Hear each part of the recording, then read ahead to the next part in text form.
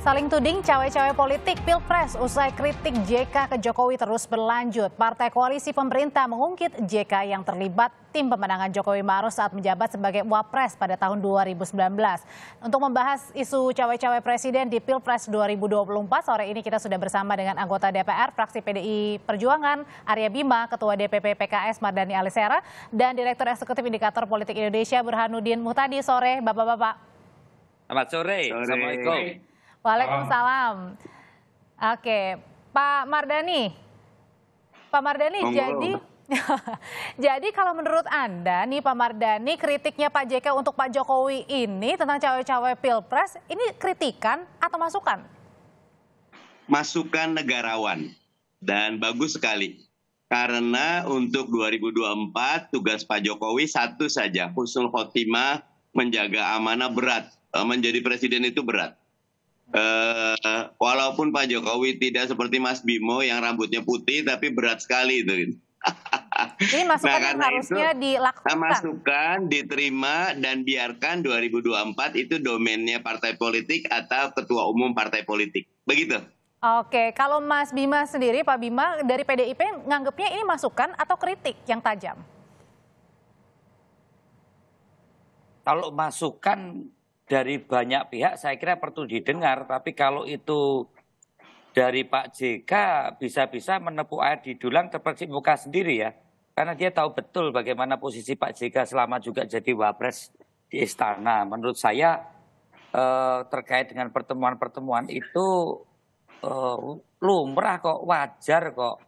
Situasi di mana situasi politik yang mulai memanas, di dalam tubuh kabinet pun juga banyak berbagai kepentingan termasuk ingin mencapreskan dan mencawapreskan sehingga mandat rakyat yang diberikan oleh Pak Jokowi yang masih harus selesai di 2024 itu ada konstruksi-konstruksi di dalam dan akhirnya Pak Jokowi memanggil seluruh partai untuk tetap konsentrasi supaya mandat rakyat ke depan itu harus diselesaikan di mana mandat itu juga dibantu partai-partai pengusung ya.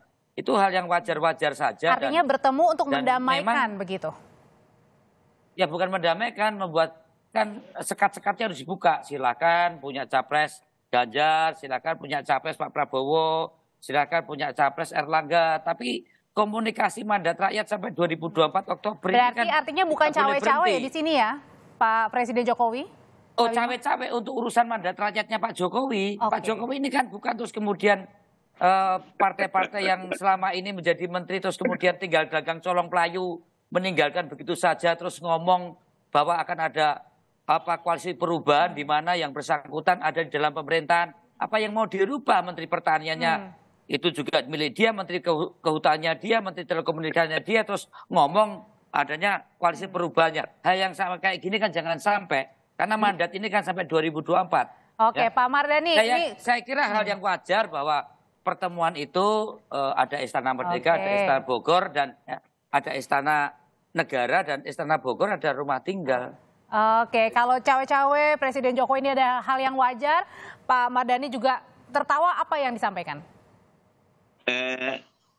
Kalau yang diundang itu Nasdem ikut, berarti itu benar, bagian dari konsolidasi kekuasaan Pak Jokowi saat ini. Tapi kalau Nasdem tidak diundang, kemudian dikatakan kan Nasdem sudah ada koalisi yang lain, buat saya jadi yang diundang itu memang fokus ingin membahas koalisi yang bukan dengan Nasdem. Dan buat saya itu bagian dari kepemihakan yang tidak elok. Presiden itu harus beyond politik, presiden itu harus jadi negarawan. Sebaiknya Pak Jokowi biarkan 2024 itu domainnya partai politik dan para ketua umum partai politik. Jadi dikritik, kalau bab itu saya pribadi mengkritik. Oke, jadi kurang elok tuh Pak Bima kalau kata PKS Pak Mardhani. Kurang eloknya di mana kalau dia harus merapatkan barisannya di mungkin lokasinya di istana waktu itu tanpa Nasdem juga? Ya gimana, masa mau ke Solo rumahnya Pak Jokowi kan juga lucu. Karena istana itu tingkat tempat tinggal presiden. Sama dulu waktu saya ditanya wartawan zaman saya di oposisi. Pantaskah Istana Negara untuk mantu SBY? Waktu itu AHY yang mantu di istana. Ya memang tempat tinggalnya SBY kok. Memang presiden nggak punya tugas mantu. Tapi SBY itu punya anak AHY yang mau mantu. Bisa kok istana dipakai mantu, kan gitu. Saya nggak kritik waktu itu. Istana Beda, kan Mas. nggak ada tugas SBY itu mantu. Tapi kan SBY itu kan sebagai bapak yang punya anak. Oke. Jadi nggak bisa. Kalau itu manusiawi, tapi kalau untuk konsolidasi politik menentukan siapa yang bisa maju 2024, siapa yang tidak, dengan mengekskludkan Nasdem pilihannya agak jelas dan itu tidak elok. Oh gini Pak Mardhani, yang teman-teman itu risih, betul sebaiknya Nasdem dipanggil, betul. Tapi ini loh Pak Mardhani, dia ada di dalam pemerintahan, harus mandat rakyat sampai 2024, tiba-tiba Nasdem sama Pak Mardhani ngomong koalisi perubahan, yang itu sangat bertentangan dengan yang mau dirubah itu apa? Yang mau dirubah itu namanya pemerintahan Jokowi selama 10 tahun. Lah Pak Mardhani ya bisa tahu dong. Baik. Misalnya Pak Mardhani jadi Pak Jokowi, terus ada menterinya Pak Jokowi melakukan koalisi dengan orang yang selalu berpikir antagonis dengan Pak Jokowi. Itulah akibatnya Nasdem tidak diundang karena memang sudah tidak punya keinginan menyelesaikan. Baik, tahan dulu Pak Bima, Pak Mardhani. Itu Pak Mardhani. Oke, saya mau ke tengah dulu deh. Harusnya diundang. Tapi kan ini bikin risih ini. Tiba-tiba kemana-mana ngomong koalisi perubahan. Oke, Pak Bima tahan dulu. Pak Mardhani tahan dulu. Pertanyaannya apa yang mau dirubah? Saya langsung ke Mas Burhan ya. Banyak, Mas. Mas Burhan, ini sebenarnya apa sih dimaksud ucapan dari Pak JK ke Pak Jokowi? Apakah ini sedang dalam tanda kutip mengendorse mungkin salah satu capres? Ya, begini, kalau dari sisi substansi sebenarnya masukan Pak JK bagus ya. Karena bagaimanapun masukan Pak JK kan bagian dari saran normatif yang sebaiknya dilakukan oleh pemimpin nasional kita. Apalagi kita kan bukan seperti Amerika Serikat. Di Amerika Serikat biasa presiden incumbent kampanye langsung di 50 negara bagian buat penerusnya. Obama itu kampanye habis-habisan buat Hillary. Waktu Hillary melawan Donald Trump, meskipun akhirnya kalah. Tetapi dalam konteks di Indonesia, hal yang terang benderang seperti kasus di Amerika itu dianggap kurang lumrah. Cuma ketika itu disampaikan oleh Pak JK, satu telunjuk menunjuk Pak Jokowi, 4 telunjuk yang lain menunjuk diri sendiri. Karena bagaimanapun Pak JK juga sangat terlibat aktif waktu menjadi wapres, mendukung salah satu pihak tertentu. 2017 yang dilihat Mas Burhan ini maksudnya apa dari ucapan Pak JK? Nah, poin saya adalah ketika yang menyampaikan itu Pak JK jadi kurang kredibel. Karena Pak JK itu 2017 juga kampanye habis-habisan buat Mas Anies. Kalau misalnya yang menyampaikan itu Budiono atau Tri Sutresno, itu baru punya kredibilitas. Karena dua mantan wapres ini tidak punya kepentingan politik apapun.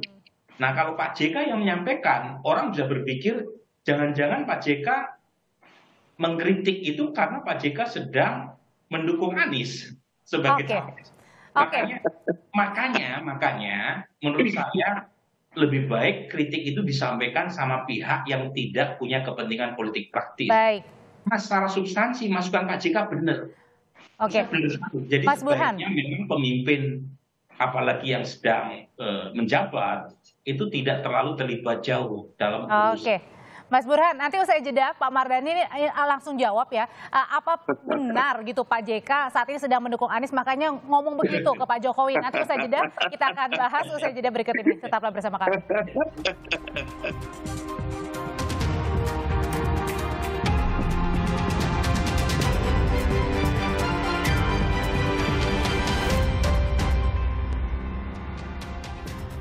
Mas Burhan, kalau tadi Mas Burhan bilang jangan-jangan Pak JK ini sedang mengendorse Pak Anies nih dari ucapan yang kemarin ini.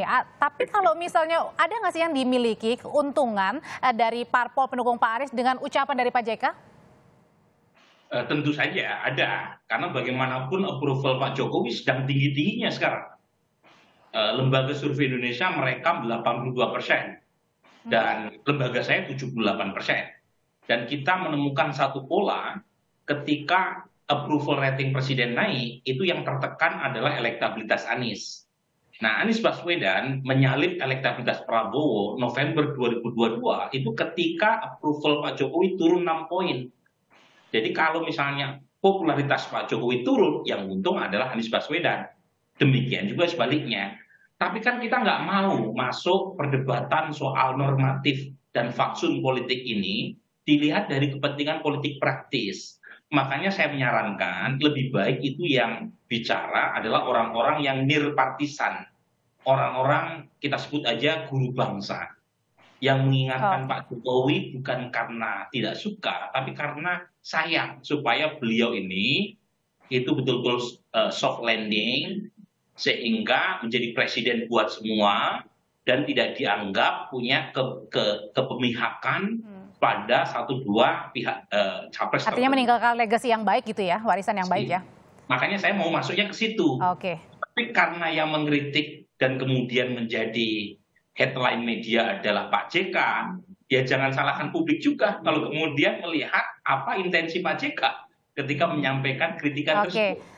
Oke, Mas Burhan, saya langsung tanya ke Pak Mardhani. Pak Mardhani, kalau gitu jangan-jangan kritikan dari Pak JK ini menguntungkan PKS dan juga pencalonan Pak Anies nanti di Capres? Nggak ada, karena Nggak ada dua-duanya? Pak JK itu sudah memposisikan diri sebagai negarawan. Makanya yang datang ke Pak JK kan bukan cuma kelompoknya PKS malah belum datang ke Pak JK. Mas Gus Muhaimin udah datang, Pak Erlangga Hartarto datang. Jadi Pak JK sekarang posisinya adalah orang yang ingin menjaga agar Pak Jokowi sebagai kawan seperjuangan di 2014. Mas Burhan juga tadi menyatakan yang paling baik buat Pak Jokowi tidak ikut campur. Kalau bahasa saya, nyun sewu Mas Burhan tidak cawe-cawe. Karena partai juga udah pandai kok. Pak Jokowi nggak perlu ikutan, PDIP luar biasa.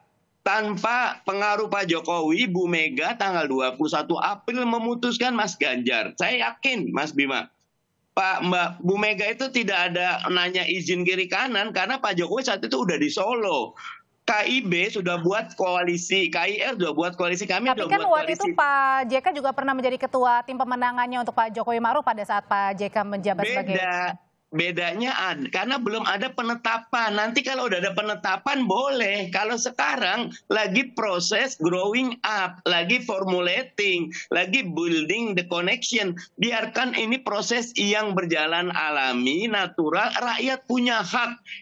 Pandangan pribadi saya tidak suuzon, tetapi ada ingin kayak koalisi besar cuma dua. Itu buruk buat demokrasi kalau cuma dua. Yang baik itu lebih dari dua, ada kontestasi karya gagasan. Sekarang partai-partai udah ketemu, bagus. Jangan diganggu dengan intervensi presiden. Jangan baik diganggu dengan maupun intervensi presiden. Itukah saat ini yang gimana tanggapannya dari PDIP, Pak Bima? Ya, Kang Mardhani ini kan salah satu teman saya yang paling pinter ngomong itu mendramatisasinya kan menjadi sesuatu yang luar biasa. Saya berkata jujur, Mas.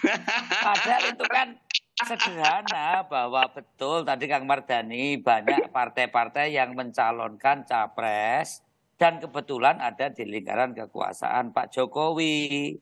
Nah, mandat rakyatnya ini Pak Jokowi ini ya khawatir kalau nggak selesai. Kalau partai-partainya itu tidak dikonsolidasikan dalam pengertian membereskan mandat rakyat itu sampai ke 2023. Kalau toh titip, ya hal-hal yang sustain dari selama 5-10 tahun ini untuk dititipkan dalam aspek pada posisi dia kepala negara dia. Negara ini harus berlanjut di dalam konsepsi visi misi kebijakan dan program. Ini yang tidak ada di dalam cara berpikir Anies. Semua mau diberke dengan koalisi perubahannya. Artinya Pak Bima? Nah, dalam artian itulah maka pertemuan itu kalau ada yang tidak dianggap etis karena cara pandang persepsinya adalah terlalu partisan. Sehingga tadi yang disampaikan ke Pak JK itu tadi bisa-bisa menepuk air di dulang terpecik muka sendiri. Kalau gitu Pak Bima? Karena Pak JK ini adalah tim sukses Anies sejak dari gubernur, apalagi sampai sekarang mau jadi presiden. Jadi maksudnya Pak Bima itu ada intensi, ada maksud di balik ucapan dari Pak JK? Oh iya, walaupun tidak secara langsung dengan Kang Mardhani sebagai pengusung Pak Anies, tapi kapanpun dimanapun sejak dulu Pak JK ini adalah keinginan mendukung Anies sejak dari gubernur. Betul begitu Pak Mardhani? Presiden. Iya.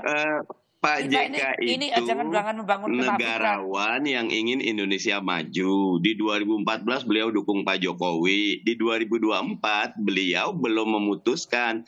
Tetapi bahwa beliau dekat secara personal sama Mas Anies boleh jadi. Tapi Pak JK kan tadi saya bilang, Gus Muhaimin datang, Mas Erlangga datang, semua datang, dibuka pintunya. Poin pentingnya sangat baik bagi presiden, tidak partisan. Kalau yang kemarin Nasdemnya diundang, bahkan Mas Nyun Sewu undang aja Anies Baswedan, Mas Anies, sampean bisa nggak lanjutkan? Boleh jadi Mas Anies akan siap melanjutkan gitu loh. Nah, jadi biarkan presiden tuh tidak justru memperuncing, mempertajam suasana. Beliau berdiri di atas semuanya karena beliau adalah kepala negara. Betul, saya setuju itu. Saya setuju Mas Mardhani. Sejauh memang yang dibicarakan adalah mengenai kontestasi Pilpres. Ini kan konsolidasi pemerintahan yang harus selesai sampai 2024. Inilah yang tentunya Pak Jokowi juga harus mengamankan beberapa hal yang kira-kira derawasi atau khawatir kalau konstruksi Pilpres itu mengganggu pemerintahnya. Saya langsung ke Mas Burhan lagi. Mas Burhan, sebenarnya wajar nggak sih apa yang dilakukan Presiden Jokowi saat ini? Sebelum-sebelumnya pernah juga nggak? Sebelumnya pernah juga. Jadi misalnya ya pengakuan Anas Urbaningrum, koalisi pendukung Pak SBY diundang tanpa melibatkan PKS. Waktu itu PKS sedang kritis-kritisnya sama Pak SBY, itu pernah. Ya, tapi Mas, bedanya kan tidak diumumkan di publik dan Pak SBY-nya tidak menyatakan tidak mengundang PKS. Kalau ini Pak Jokowi tegas memang tidak mengundang Nasdem karena beda koalisi. Itu partisannya jelas sekali gitu. Tapi substansinya ada. Bedanya tidak diumumkan. Substansinya itu dulu nih. Silakan Mas Burhan. Dan nah ini ada satu lagi yang menurut saya agak kompleks dibanding zaman Pak SBY ya. Pak Jokowi itu nggak punya rumah di sekitar Jakarta. Nah, karenanya tidak ada perbedaan antara ruang privat dan ruang publik. Nah, Pak SBY itu punya di Cikeas. Nah, ini mungkin ke depan sebaiknya memang presiden harus punya rumah di Jakarta sehingga bisa memisahkan mana ruang publik, ruang politik privat dengan ruang politik publik. Itu satu. Yang berikutnya menurut saya yang penting juga untuk disampaikan, ini berkaitan dengan posisi Nasdem yang agak kompleks memang. Jadi saya setuju sama Bung Mardhani, kalau Nasdem diundang, mungkin orang membacanya sebagai koalisi pendukung pemerintahan dalam melakukan konsolidasi politik untuk melancarkan sampai 2024. Tapi ketika Nasdem tidak diundang, muncul pertanyaan, kenapa? Tetapi pertanyaan itu juga tidak bisa dipisahkan dari posisi menggantung Nasdem. Jadi menurut saya sekarang terjadi semacam deadlock antara Nasdem dan Presiden Jokowi. Nasdem tetap berada di dalam kekuasaan, tidak mengundurkan diri atau tidak menarik 3 menterinya. Sementara Presiden Jokowi juga tidak mereshuffle. Nah, jadi masih gantung gitu ya Mas ya? Menunggu. Seharusnya dijelaskan saja posisinya. Apa yang tepat sehingga jenis kelamin hubungannya itu lebih clear. Baik. Sekarang gitu loh. Sehingga tidak muncul perdebatan yang tidak perlu semacam ini gitu. Pak Bima, kalau gitu dalam waktu dekat atau nanti selama kurang lebih 1 tahun akan cawe-cawe Pak Presiden Jokowi ini akan tetap dilakukankah setelah ada kritikan atau masukan? Selama itu beliau sebagai presiden yang 2 kali periode dan titip hal yang terkait dengan substansi membangun negara ke depan terkait dengan visi, misi, program calon presiden, itu sah-sah saja. Kalau tentang calon-calonnya kan tidak hanya satu di dalam lingkaran kekuasaan saat ini. Saya kira hal yang masih wajar bahwa seorang presiden menginginkan bagaimana ada keberlanjutan program. Sudah ditangkap, Pak Bima? Tapi tidak memberikan dukungan pada salah satu, salah 2 pada orang yang harus jadi presiden. Saya kira itu. Pak Mardhani. Bedakan antara posisi Pak Jokowi sebagai pribadi. Bebas, Pak Jokowi boleh dukung Mas Ganjar, boleh dukung Prabowo, boleh dukung siapapun. Tapi sebagai kepala negara, sebagai presiden, apalagi pertemuannya di istana, Mas Burhan sebetulnya gampang. Kumpul aja di restoran mana gitu kan biasa kok Pak Jokowi juga gitu loh. Ini mungkin lupa, makanya perlu diingatkan. Ya, lokasinya buat saya Antara Pak Jokowi sebagai personal bebas, tapi Pak Jokowi sebagai presiden dan kepala negara, beliau harus beyond politik. Baik, sudah ditangkap. Terima kasih Pak Mardhani Alisera, terima kasih Pak Arya Bima, dan terima kasih Mas Burhanuddin Muhtadi. Kita ketemu lagi di lain kesempatan. Saya selalu.